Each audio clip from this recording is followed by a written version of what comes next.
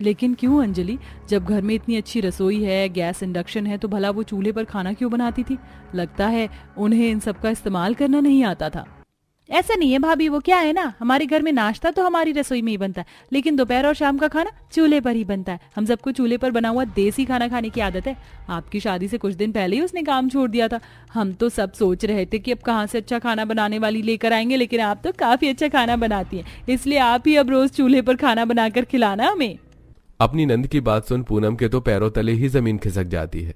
अब तक पूनम यही समझ रही थी कि शायद यह उसकी पहली रसोई की रस्म थी, इसलिए उसकी सास ने उसे चूल्हे पर खाना बनवाया था। लेकिन जब पूनम को यह पता चलता है कि ये तो अब उसे रोज ही करना है, तो बेचारी पूनम तो मन ही मन रोने लगती है।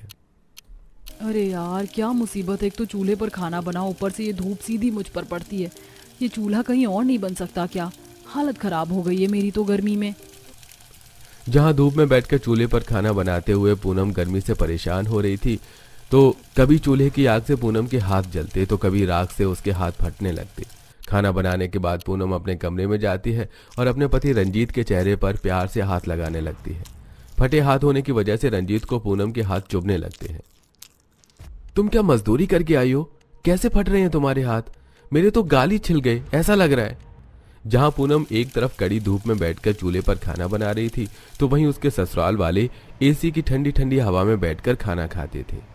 बहू बैठी क्यों है? जा जाकर गर्मा गर्म रोटी लेकर आ, सारी रोटियां ठंडी हो गई हैं। तुझे कहा तो सही, हम चूल्हे का गर्मा गर्म खाना खाते हैं, ठंडा नहीं। जी माँ जी। पूनम जो अभी धूप से तप कर आई थी, बेचारी को एसी में बैठे हुए मुश्किल से 2 मिनट ही हुए थे कि तभी उसकी सास उसे बाहर से रोटी लाने के लिए कह देती है।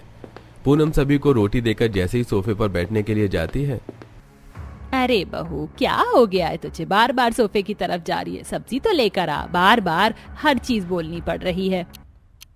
धूप में चूल्हे पर खाना बनाने में पूनम को काफी समय लगता था, जिसके चलते उसके आधे से ज्यादा दिन करीब धूप में चूल्हे पर खाना बनाने में ही गुजर जाता था।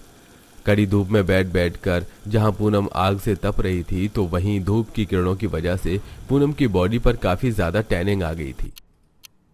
ये क्या अंजलि, तूने तो कहा था कि तेरी भाभी काफी ज्यादा सुंदर और गोरी है, लेकिन तेरी भाभी तो हमारे जैसी ही सांवली है। तूने क्या हमसे झूठ कहा था? टैनिंग की वजह से पूनम का रंग काफी ढल जाता है और सभी सहेलियां पूनम पर काफी हंसती हैं। बेचारी पूनम को बुरा तो काफी लगता है, लेकिन वो कुछ नहीं कहती। ऐसे ही कुछ दिन गुजर जाते हैं। पूनम सब्जी मंडी से सब्जी लेकर घर आ रही होती है कि तभी पूनम को रास्ते में उसकी सहेली मिलती है। हाय टीना, कैसी है तू? शादी के बाद तो तूने बात ही करनी बंद कर दी। बता, सब ठीक है तेरे ससुराल में?